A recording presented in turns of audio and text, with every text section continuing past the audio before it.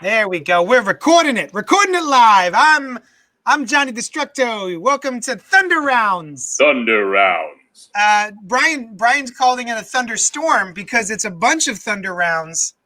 Thunderstorm. There it is. Cow. I'm your host, Johnny Destructo. With me this week is the guy who just keeps saying Thunder Round and Thunderstorm over again. Brian Lee. And also... Oh, I guess I'll say my own name. I was going to do like in a big one. Noel. And also Noel Bartocci. There he is. So normally on the show, we do Thunder Rounds. Thunder Rounds. But because we're like rejiggering everything, we thought we would bring you separate Thunder Rounds. Thunder Rounds. There he is, so quick on it. So Noel's going to lead us off, and then we're going to do a Brian, and then we're going to do another Noel, and then I'll wrap it up, and then we're going to get the fuck out of here. It's going to be super quick. Hopefully you'll get some enjoyment out of it. That's everything that's super quick. That's what I say every time I get in bed with my wife. No, go ahead. What are you doing first? The first one that I'm going to do is going to be one of my favorite books on the stands today, and I mean that facetiously. It's Batman number 94, written by James Tynion IV with art by Gilliam March. Don't start that clock yet. I was just doing the start and go. Wait, you don't say M go. I say okay. M go. Well, then we start over because you're hitting my time. Go. Okay.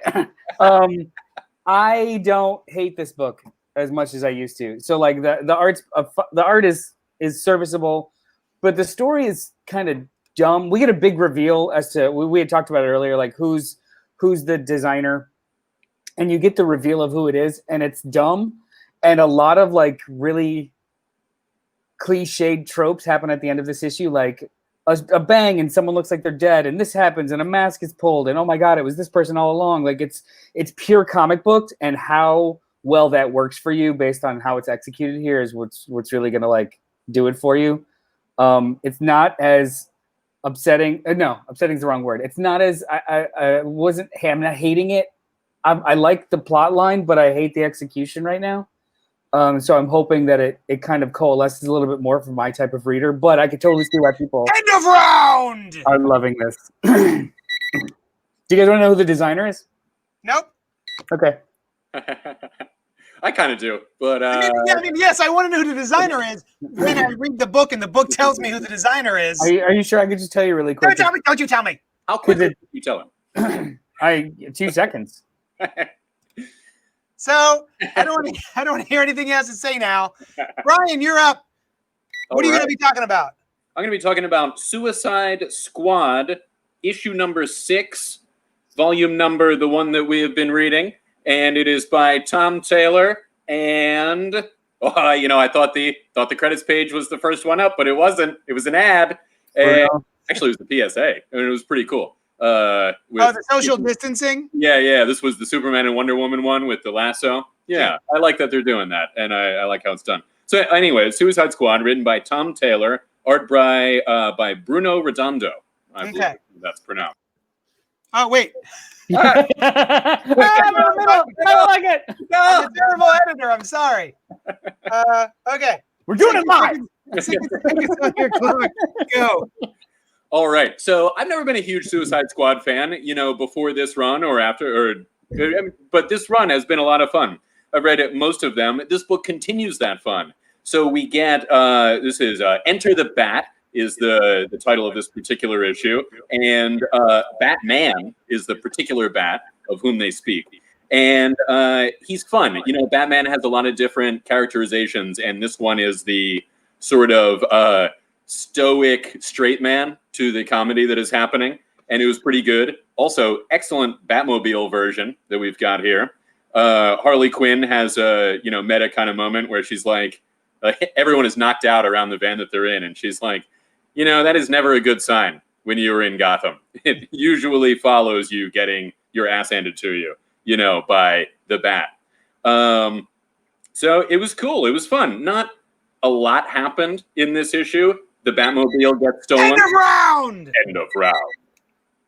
So my favorite bit in that issue was the interaction between Deadshot and Batman. Yeah, it was cool. There's some fun stuff in that issue. Yeah, I was gonna say, like you said, it was like it's an issue that didn't really matter. Is it like an in between issue, like a classic sixth issue or seventh issue. It's like, yeah, I would say it's like a classic Yeah. sixth or seventh issue Yeah. kind of Like a classic insert. Yeah, there's like it's like a transitional moment between between one thing to the next. Speaking of Deadshot, I kind of flash back to he has gone through such a transformation since his first appearance in like the Silver Age when he dressed in a tuxedo and was just really good at marksman, I guess. Yeah, But, I mean, he's one of my favorite parts of this book, and I guess they're killing him off. That's what I hear, and I hope that does not happen because I they mean- need to forward until they figure out to bring him back. You know, So yeah, of course, like no one really dies, but the only reason why I'm kind of chill with it is because I mean, Tom Taylor's probably got a good story. Like Yeah. if you got to kill him, kill him. You know, like everybody freaked out when Peter Parker was killed, but then you're like, got Miles out of it, so.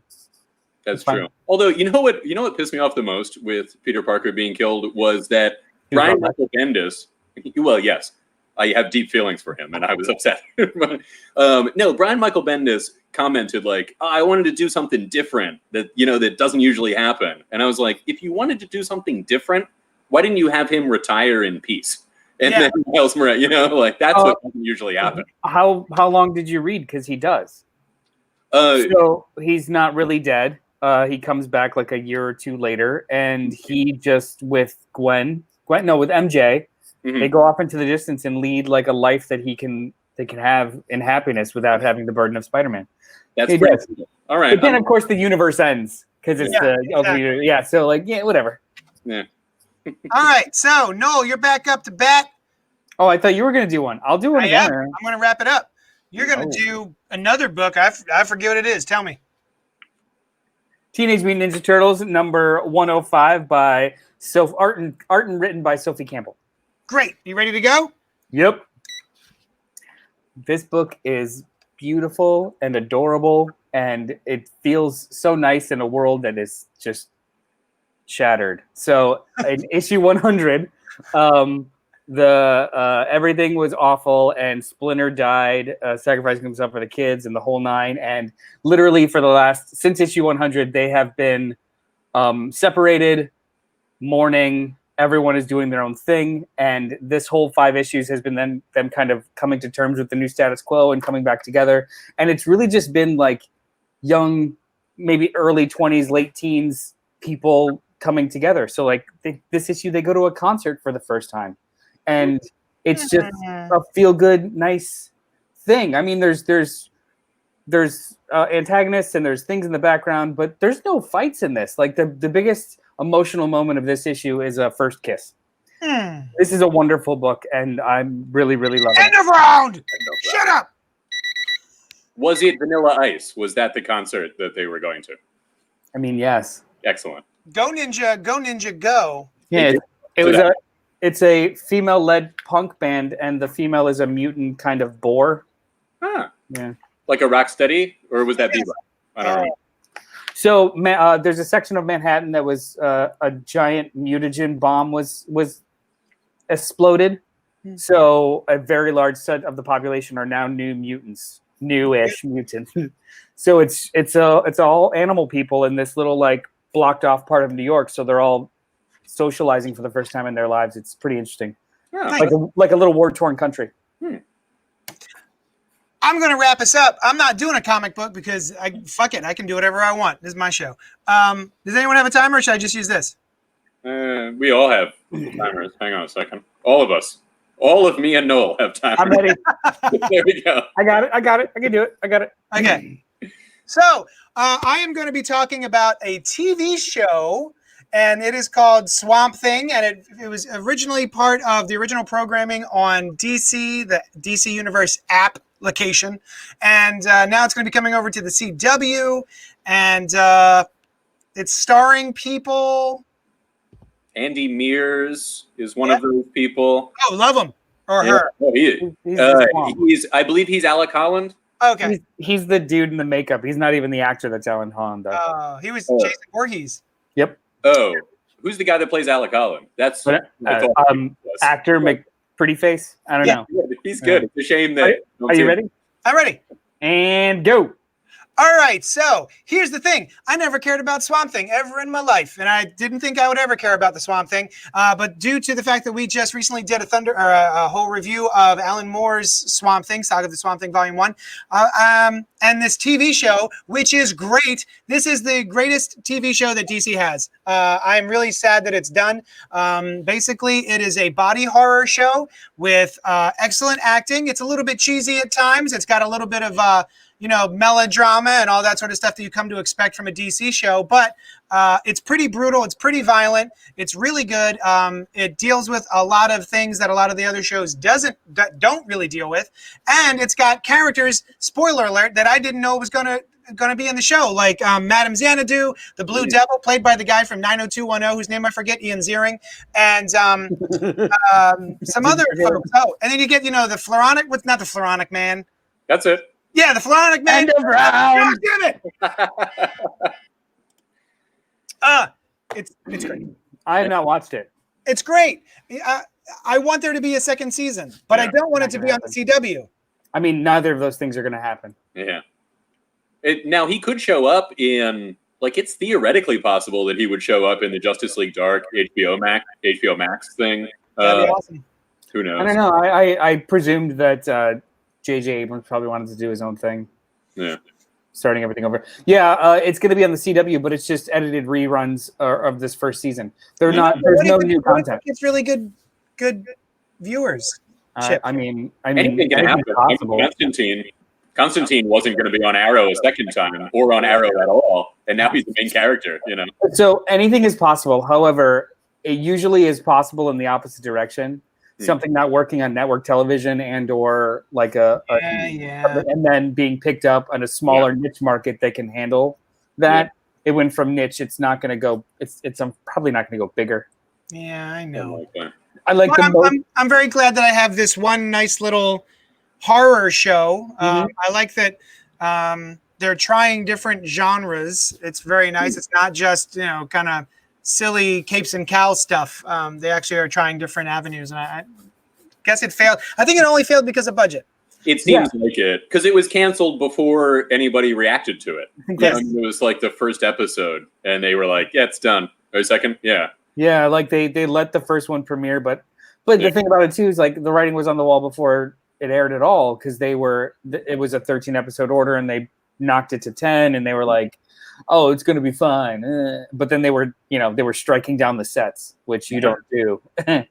Yeah. So, anyway, thank you so much for hanging out with us and watching this thing that we did, the Thunderstorm. Thunderstorm. I've been Johnny Destructo. You can go to patreon.com/Johnny Destructo and help us out that way. Maybe buy Brian a light. Buy me a light.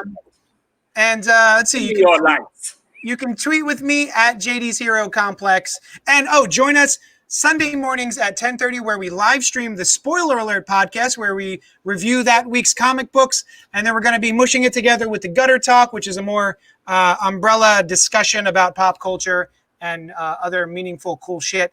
Noah, where can the people find you? You can find me on social media, on Twitter at Mr. Bartocci, MRBARTOCCI, or on the Facebook Cult Pop page. Yeah. Brian. And I'm at brianleibdesign.com on the web, and brianleibdesign@gmail.com is an email address for it. All right, guys. Thanks so much for hanging out with us, and we will talk at you later. Hi.